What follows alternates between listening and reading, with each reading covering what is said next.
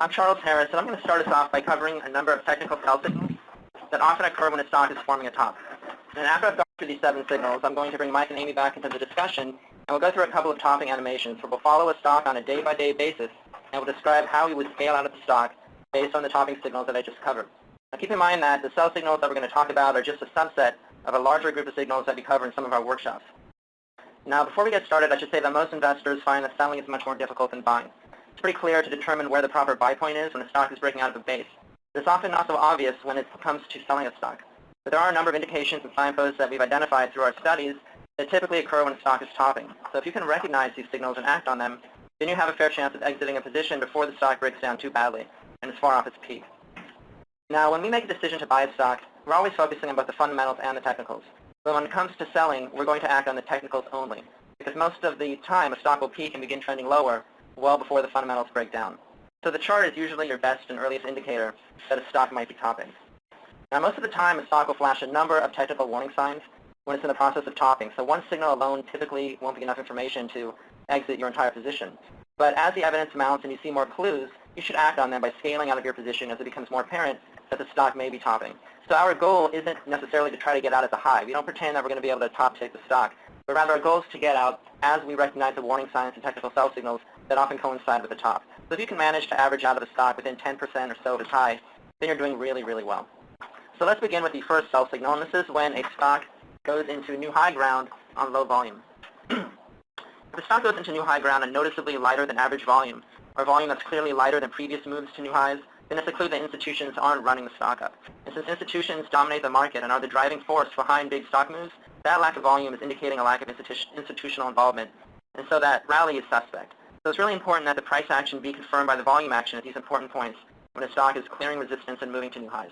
So let's take a look at an example. This is Hollycorp, and now we're going back to 2007, and you can see the stock broke out of a cup with handle base, and then staged a really nice advance over the next 5 or 6 months. Now we can see here that as the stock was moving into new high ground, look at the volume. Well below average as you're going into new high ground here. Now by comparison, look at the volume when it was going into new high ground over here in the chart. You can see the heavy volume over here on 1, 2, 3 days moving into new highs. Even over here as you're moving into new highs, you see the large volume bars. But here is conspicuously low. So what we're going to do is sell into that, scale out of our position as the stock is moving into new high ground on that light volume, because that's our indicator that we don't have institutional support there. Now again, we're going to scale out. I'm not going to suggest that you would dump your whole position because of this kind of action, because you never know what's going to happen. We didn't know the stock was going to roll over so badly after this kind of low volume highs here, but it can happen. So perhaps you would scale out 10, 15%, maybe 20% of your position as you see this kind of action. The beauty of it is you're selling it offensively into new highs as opposed to waiting until the stock breaks down badly. So that's the new highs on low volume. Let's move on to the next one. So this is when a stock has a weak rebound rally, and typically this will be off of a moving average or other area of support. Now healthy price and volume action occurs when a stock is advancing on relatively heavy volume, but pulls back on relatively lighter volume. So this type of price and volume action is indicating that the stock is under accumulation. But if the reverse happens, such that the stock moves down on heavy volume and then begins to move up on lighter volume, then it's suggesting that the stock is under distribution. So that would be a warning sign. If you see this kind of action occur, you want to sell at least some of your shares into the strength on the way up, because the presumption is that this low rebound on the downside. So again, this is an offensive way, selling into strength to get out of your part of your position. Let's take a look at an example. This is a stock called Thomas & Betts. You can see in the lower left of your screen, the stock formed a double bottom base and then staged a huge gap up here, well above the pivot point, which was around 35, and had a really nice long advance, more nearly doubling, maybe going up about 80% from the mid-30s up to $61. And you can see here, I'm going to zoom in on the top. The stock comes down to the 50-day moving average here. And you can see we've got 1, 2, 3, 4, 5, about 5 days of heavy volume or above average volume on the way down to the 50. Now volume on the way back up, you had a couple of above average or heavier volume days, but in comparison to how the stock came down toward the 50, this was a relatively lighter volume bounce toward new highs. So as you notice that this volume isn't what you'd like to see, in fact you can also compare it to volume a little further to the left here. When we're coming off the 50-day down here, you see volume really beginning to pick up and really getting heavy as you're moving to new highs. Here it's just much lower than that, again, lower than how you came down to the 50. And you can see that the stock resolved by, again, falling, and look at how the volume picked up as you began to move back down. So again, here's your weak rebound rally, and you can sell into that as you recognize that volume really isn't as heavy as you'd like to see it. Let's move on to the next sell signal, and this is when a stock breaks below the 50-day moving average in a decisive way. And this has always been one of my favorite sell indicators because the 50-day moving average line will sometimes contain the stock's entire advance right to the very top of the move. So if you've got the right stock and you have the patience and the discipline to stick with it until that 50-day moving average is decisively broken, then you may be able to write out the stock for a really huge gain. Now, when stocks are in uptrends, the 50-day moving average line will often act as an area of support because institutions like to buy on pullbacks in order to keep their average costs low. You have to remember that big institutions have many, many billions of dollars to deploy. They can't always buy stocks when they're moving up because they'll run their average costs too high. So they take advantage of pullbacks and weakness in order to add to their positions, and that 50-day moving average is typically one of those areas where they step up to the plate and support their stocks. Sometimes a stock will break below the 50-day moving average in a relatively minor way for just 1 or 2 days before coming back above. So we call that a shakeout because it scares a lot of people out of the stock. You know, it can be very scary when you break below that 50-day. Now, if the stock does not find support at the 50-day, but rather decisively breaks below it, particularly if it's on heavy volume, then that is a very serious warning sign. And this is especially the case if the stock found support at the 50-day on previous pullbacks. So this kind of action would suggest that the uptrend may be broken. Now, by the time the stock breaks the 50-day, you're likely going to see a number of other warning signs that have already occurred. But typically, this can be a very negative sign. So I would probably be exiting the remainder of my position on this sell signal. So let's take a look at an example. This is Travelzoo. This is going back about 10 years, a little over 10 years. And Travelzoo had a gigantic move. It started out at 10. I'm not sure if this stock had a split along the way, so I'm not sure about that. But it broke out around 10 and went up to nearly 111. So that's like an 11-fold move. So it's a gigantic move. But look at the 50-day moving average. That's a red line on your chart, and it contained the entire advance all the way to the top. So it held at the 50-day here on one occasion, 2, 3, 4, 5, 6 times. And then finally over here, kind of focus on that, right up here, you can see how weak the stock is on this day. You decisively closed below that line, and that's it. The stock is topped, and it went much, much lower from that point on. So if this was your only rule, that the only thing that you were really focusing on, you could have held the stock all the way up for a 10, 11-fold move, and finally you would be exiting the stock, up here in the high 80s. So Charles or Mike, how much would you be selling here? I would be completely out of the stock okay. here. Yeah, this is a very ominous sign, given that the stock is held on 6 other occasions at the 50-day. Yeah, and I totally agree with that, Chuck. That also the fact that it had a base that broke out and was failing from there is, another sign that the stock is really, it's already had its day, and along with what Charles is going over, that break of the 50-day, combine both of those, there's no reason to be in that stock after that. Yeah. And Bill would say, it's up 10 or 11-fold. What more do you want? Right, right. So let's move on to the next one. And this is when a stock has its largest one-day point loss since the very beginning of the move. And this is especially the case if that large one-day drop occurs on heavy volume, because that's going to suggest that institutions are behind the selling. Sometimes you'll see this large drop occur on a gap down, so it'll look, very, very worrisome or severe on a gap down. Now, we're not going to suggest that you sell your entire position simply because your stock has one really bad day. But at the very least, it should put you on guard and maybe put you on the defensive, because sometimes that first really bad day is just the beginning of a much larger decline. Let's take a look at what that might look like. This is Wesco International, and again, the lower left of your chart, you can see a cup with handle base. And the stock had a huge move, more than doubling over the next 7 or 8 months. And finally, just a few days off the top here, the stock has its largest one-day point drop of the entire move, going all the way back to the initial breakout down here. You can see the volume on that day was very heavy. In fact, go back up here, that's the heaviest volume since the stock broke out, the heaviest down volume. So that's your largest one-day point drop. You would begin to scale out here, because sometimes this kind of action just leads to a much further drop, which is exactly what happened. It got hardly any lift all the way down. And in fact, the next day after this large one-day drop, you had another bad day on a gap down. You did temporarily hold at the 50-day moving average, and then finally decisively break below it. So again, you're going to see a number of sell signals when the stock is putting in a top. Your goal is to scale out as you recognize these warning signs. So let's move on to the next one. This is when a stock has a downside reversal day. Now, a downside reversal occurs when the stock hits a new intraday high, or is attempting to make a new high, but ends up reversing all of those gains and closes down for the day, closing near the bottom of the day's trading range. Now, often this occurs on a pickup in volume, but it's not always the case. So when we look at downside reversals, we're really focusing more on the price action. It does not have to be accompanied by heavy volume. Now, a downside reversal is not an uncommon occurrence. you will see sometimes many downside reversals in the context of a long move, long uptrend in the stock. So it doesn't necessarily mean that an ultimate peak has been put in place, but what a downside reversal typically leads to is further weakness in the short term. So, that's very important information to have, because it's very important that you have an expectation of what is normal and what you can expect from your stocks. So if you see a downside reversal, you can prepare yourself for maybe another 2, 3, 4, 5 days of weakness where your stock may come in 10, 15, 20%. If you don't have an expectation that that's going to happen, then you might capitulate or get scared out of the stock right at when it's at its lows. So even if you decide that you're going to hold through this kind of action, at least you can psychologically, emotionally prepare yourself for what may be about to occur. So let's take a look at the downside reversal. This is a Novell. Again, stock broke out of a cup with handle base, staged a huge advance, more than doubled. Now, fairly early in the move, within the first 7, 8 weeks, you get this downside reversal right over here, and obviously that did not lead to that was obviously not the ultimate peak, but you got what you would expect, about 5 or 6 days of further selling, and then the stock resumed its uptrend. So that's normal action, what you typically see after downside reversal. If we move to the closer to the top here and focus on that, you can see a downside reversal right here on this peak day. So you went into new high ground on an intraday basis, closed right at the bottom of the range. In this case, you did have a pickup in volume. Your expectation is that you're going to get further weakness from this point, at least for several days. Now in this case, you only got one more day of weakness on an intraday basis, and the stock reversed back up, actually staged what we call an upside reversal. And our expectation after an upside reversal is that the stock will continue to move up, which is what happened over about a 2-week period. And then you can see right up here where my little pointer is, you get another downside reversal as the stock is attempting to get to new high ground.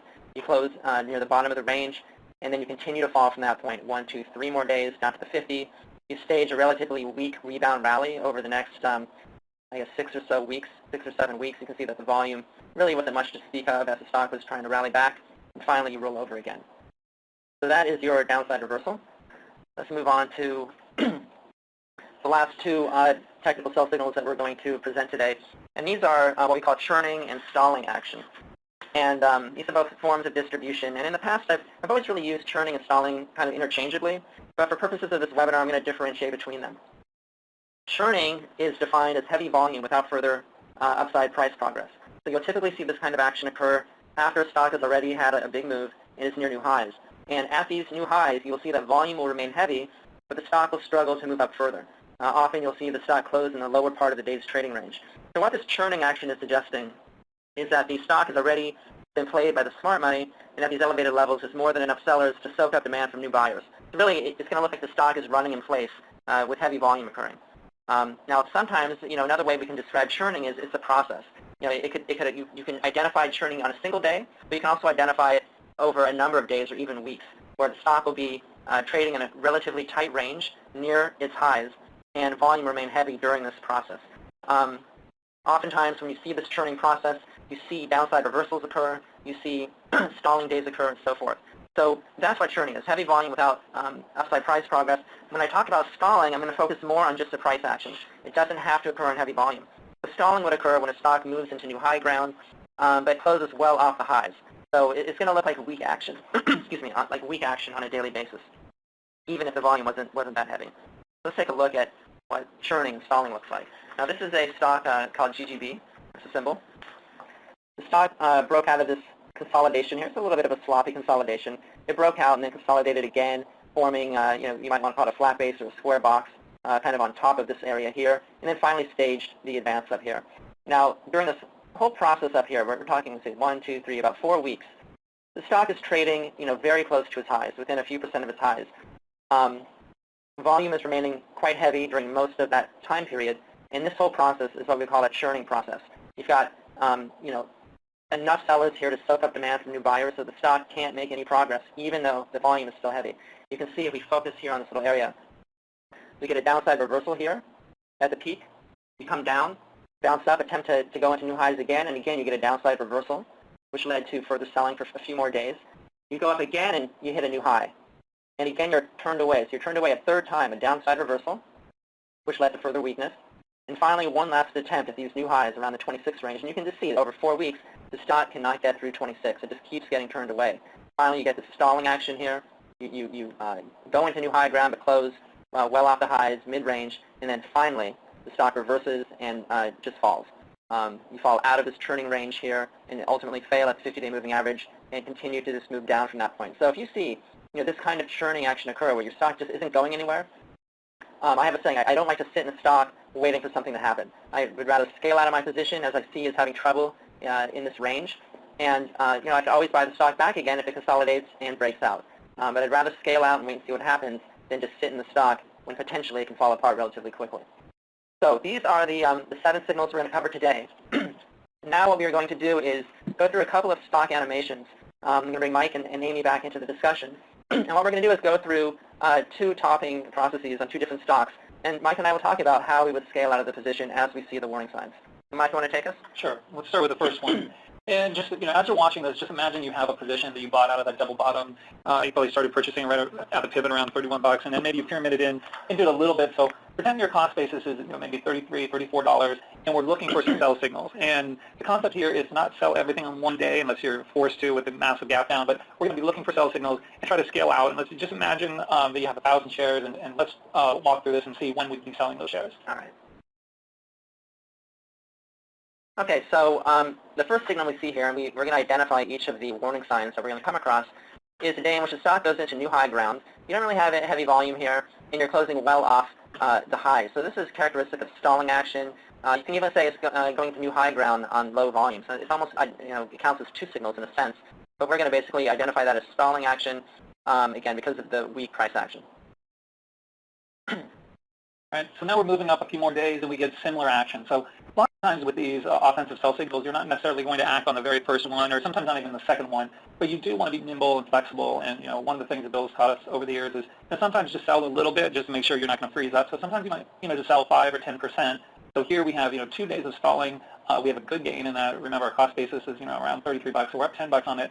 So maybe you sell 100 shares here, and then we'll look for some more sell signals before we sell some more. You don't want to get crazy and sell everything here. Right. And Bill has said in the past, it's always preferable to sell when you've got a market to sell into. You don't always want to sell when things get really ugly. When you have to. Exactly. Right. So, I like personally to sell into strength. So, you see these kind of, weak days moving into new highs. You can sell a little bit into it, as Mike mentioned. Let's continue and see what happens. And the very next day, we get another day where we are, basically at new highs. Now, look at the volume this time. Volume is above average. Now, it's not super heavy. It's only 13% above average, but it is above average. You are kind of, running in place here. So that would be identified as churning action. So you can basically what's happening is your stock is coming under some distribution. Let's continue. All right. So now that at first glance that day does not look too bad, you're trying to go over some area of small area of resistance, and it's closing near the highs. So the price action isn't bad, but if you go down to that volume area, you can see that there's really no volume there to speak of. So that's new highs on low volume. That's your forced sell signal. So you want to ask yourself, how many shares would you have sold by now? And maybe you sold 20, 30% of your position by now. About how much would you have sold, Chuck? Yeah, I agree, Mike. Maybe if we started with 1,000 shares, maybe I've sold 250 shares or so. And the beauty is the stock is at new highs. I mean, you're within 1% or so, or even closer to your, to the peak of the stock. So, we're taking advantage of this strength basically to scale out. Let's see what happens. There was your new highs on low volume. All right, so the stock 2 days later again goes into new high ground here and closes in a weak fashion. So again, you see a pickup in volume. It's not super heavy, but it's above average. You go into new high ground, close well off the highs. So again, the stock really hasn't gone anywhere over the past week, right? So this is a churning day here, churning action. And again, we've had 5 sell signals, and again, the stock is basically within 1% or 2 of its highs. Let's continue. All right, so now we get into new high ground, we get turned away, and we close at the low. So that was a downside reversal that Charles was talking about earlier. So it's now we have 6 reasons to sell. So some of you might be looking at this and saying, what, maybe you haven't sold any yet, but once you get 6 sell signals, you need to do something. And so again, just ask yourself, how many shares would you have sold? And I probably, still just be around 30% or so. I tend to, not do as good of a job as Charles does as selling into strength. So, how much would you have sold by now? I mean, maybe by this point, I'd be with you, maybe, 30 to 35% of my position. I mean, again, the stock hasn't shown really any weakness. It's really just more kind of offensive selling, some distribution here. The stock hasn't even had a pullback to the 50-day yet. So oftentimes the big winner will at least have one pullback to the 50 days. So, when you see this kind of action, this downside reversal, the expectation is that it's going to come in at that point. So, an obvious area for it to come into would be the 50-day moving average down here around 40. So you have to ask yourself, are you prepared to see your stock, fall, what is that, 6 points or so? So that would be about 15 or so, 16% off its highs. Because that can happen at any time, and it would still be normal for the stock in the context of the uptrend. So let's see what happens. That's freaking ugly. So, lots of times we end up in a situation like this where, maybe you haven't done any selling yet, and then you get hit with a huge day like this. What I would suggest in a case like that is I'd like to kind of slow down before I take action, print off the chart, and kind of mark up the different sell signals that were there. And so, I've been in this situation before, and so you mark them up, and before you know it, you realize you have 7 sell signals, and maybe you didn't do anything. So on this day, that stock is not acting right. It has its largest one-day point loss. So if you haven't sold any, you're going to sell a lot. If you've already sold some, you're in a little bit of a better position. And then you just have to ask yourself, is this a stock that you want to sit through a base on or not? And that really becomes more of a fundamental question. But here the stock is not acting right and needs to put in some time. So I would at least have sold more than half my position. So I'd probably be down to about 30% of my original position by the end of this day. What about you? Yeah, Charles, how much are you in right now? Yeah, so, I mean, I guess I'm not as convinced that, it's going to now form a base. The stock is still held at the 50-day moving average. It closed well off the lows here. It can certainly